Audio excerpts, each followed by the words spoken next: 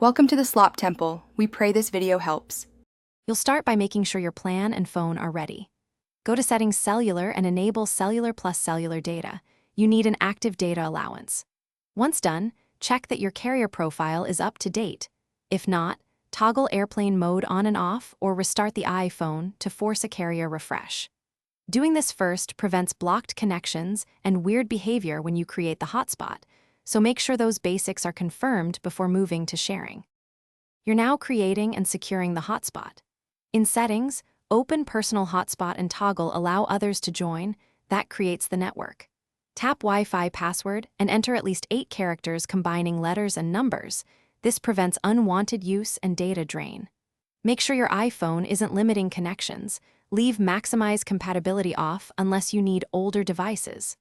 Once your hotspot is named and secured, devices will see it. Now you connect devices and finalize performance. Choose USB for the most stable, Wi-Fi for convenience, or Bluetooth for low power. Connect and confirm the iPhone shows connected devices in the status bar. Monitor data in Settings Cellular so you don't hit caps. If things go wrong, restart the iPhone and the client device, re-enter the hotspot password, and check for iOS updates. These steps resolve most issues. If problems persist, contact your carrier to confirm hotspot provisioning. Thanks for watching. Consider subscribing if we helped you.